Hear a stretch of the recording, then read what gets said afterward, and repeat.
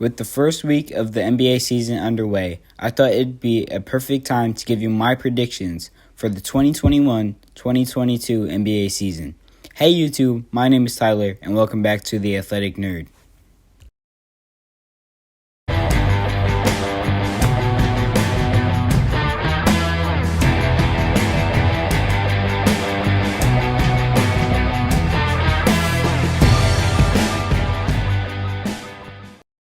Now this is actually a quick part 1, with this video being about championship contender breakdowns. Then part 2 will be about individual award predictions, since that is much longer. Now for starting with the Eastern Conference, I think the obvious number 1 choice is the Brooklyn Nets. And probably just for the entire NBA, not just for contending for the East, since they do have a solid supporting cast with recent additions like Patty Mills, also to go along with Blake Griffin and LaMarcus Aldridge and Joe Harris and Nicholas Claxton. And even though the Kyrie situation is going on, they do have 2 top 5 players in the NBA. And if Kyrie will be able to figure out his situation, then they also have another top 20 player. The only thing that may stop this team from a finals run are injuries, which they have had problems with. Kevin Durant has an injury history. Kyrie Irving definitely has an injury history. And James Harden has had some recently, especially with his hamstring problems. So, more on the Kyrie situation. Either he does get traded, which I do think is unlikely because the Nets, they do like Kyrie Irving. Kevin Durant came to the Nets to play with Kyrie Irving. So they clearly have a good relationship. And the fact that, like I said, he is a top 20 player. So even if he isn't playing games, the Nets will likely hold out with hopes that his situation will be resolved all the way up to the end of the season. So maybe in the offseason, but by the offseason, then hopefully COVID's resolved. So I think most likely he stays with the Nets.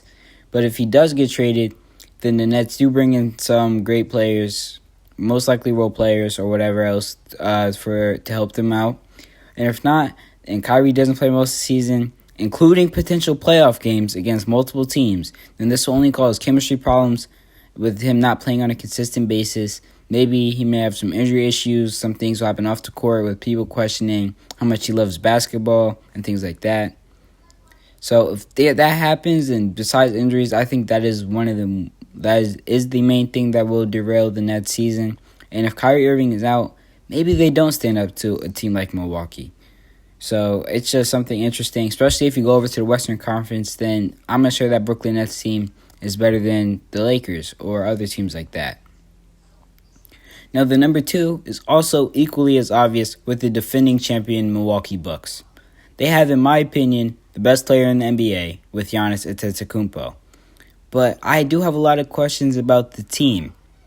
I'm not sure they necessarily have the star power to match the Nets.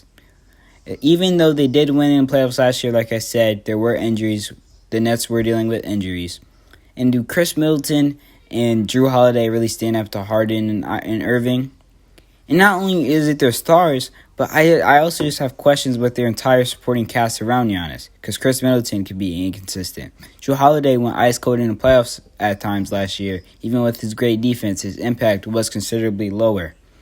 And then guys like Brook Lopez, how will he play in small ball lineups again this year?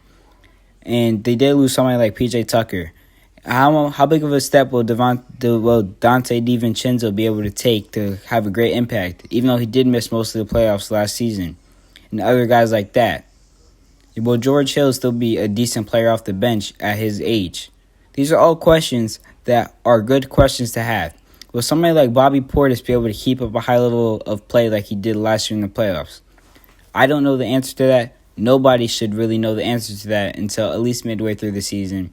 So those are questions I have. Now, for the third, I have a 3A and 3B. I think 3A goes to the Miami Heat, and it's like 60-40 between them and the 76ers. Maybe after opening night, I don't want to overreact, maybe like 70-30. I think that the Miami Heat have a playoff-ready roster, which is why they are a dark horse contender. They have a top 5 defender in the league with Bam Adebayo, who can switch on the guards in pick and roll situations, and he's one of the best rim protectors in the NBA as well.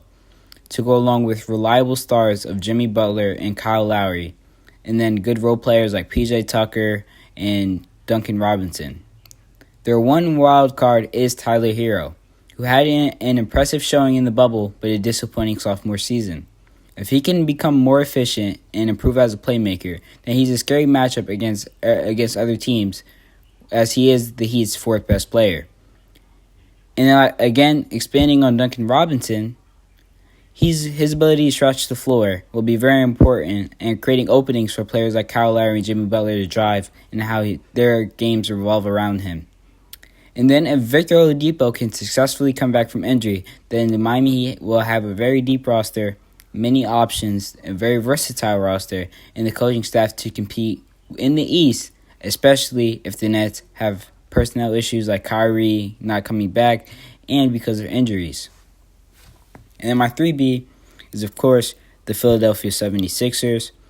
It just feels dumb to keep putting them in championship contending, even though because they continue to be a very good regular season team, and they do have a lot of good players.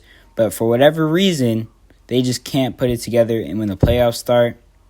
And like I said, they also have many question marks, just like the Miami Heat. That's why they're like 3B. So if Joel Embiid can play like an MVP against tough defenses like Miami, which he has struggled with in the past, and Milwaukee, and then being able to dominate teams like the Brooklyn Nets have to play small ball, and then being able to switch and things like that, that's going to be very interesting to see. The Ben Simmons situation is just terrible. I may have to make a separate video on that. It does seem like it may be concluding around now. Well, if he comes back and he's playing like he normally does, will he be able to lock down the main perimeter threat of other teams like Kevin Durant and Jimmy Butler? And will his confidence be able to take a boost where he can at least shoot free throws and at a decent rate, and then be confident enough so he's still shooting the ball and not disappearing in the fourth quarter? If he's on the roster at all, like I said. Can Tyrese Maxey take a step as a guard and be able to add more playmaking, add more firepower to the 76ers offense, which they desperately need? And can Tobias Harris be a reliable perimeter creator, as he was actually a major reason for the 76ers downfall last season in Game 7 with a poor shooting night?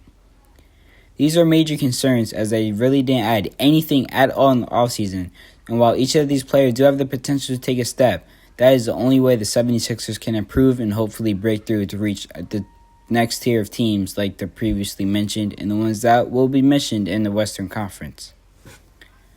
Now, starting with the Western Conference, there was no other option here but the Los Angeles Lakers at the number 1 spot. They made a ton of moves this offseason, most notably trading for Russell Westbrook. And while I'm not a huge Westbrook fan, he's still a good player. And while many people have overreacted to opening night, it will take a while for them to build chemistry. And since the type of player he is, oftentimes it does take a minute for coaches to realize how to properly utilize him, while having him stay in the game and how to use him as an off-ball player with his lack of shooting, and how to use him as a playmaker. Especially with LeBron James there, so a lot of drive and kick stuff will be similar. And in transition as well. So one way it may be cool to see would be using LeBron as more of an off man with him running down the court, or Russell Westbrook takes the lead. But even then, he's not the only problem with the Lakers. The Lakers have a very weird mix of old players with unproven young guys. It sounds crazy, but I do not question LeBron James after he's played. But Father Time is undefeated. I wonder how much he'll have left in the tank to compete against a team like the Nets by the end of the season in the finals, and if he gets injured again, whether it's his groin, his ankle, or something else. And the same thing applies to Anthony Davis. I wonder how he'll be by the end of the season, since he has always been very injury prone, but then things like last year, it really started to take a toll on his game. And then will role players like Rondo be able to handle it? Will somebody like Melo? Will young players like Talen Horton-Tucker, even though he is out for the season? Just wanted to mention him. But people like Malik Monk, Kendrick Nunn be able to step up and be able to play well. Because oftentimes that is what happens in the playoffs, where an unlikely hero does appear. And I wonder which one of those people will be that guy. Now for the number 2 spot, I think it is the Phoenix Suns after the run they had last year.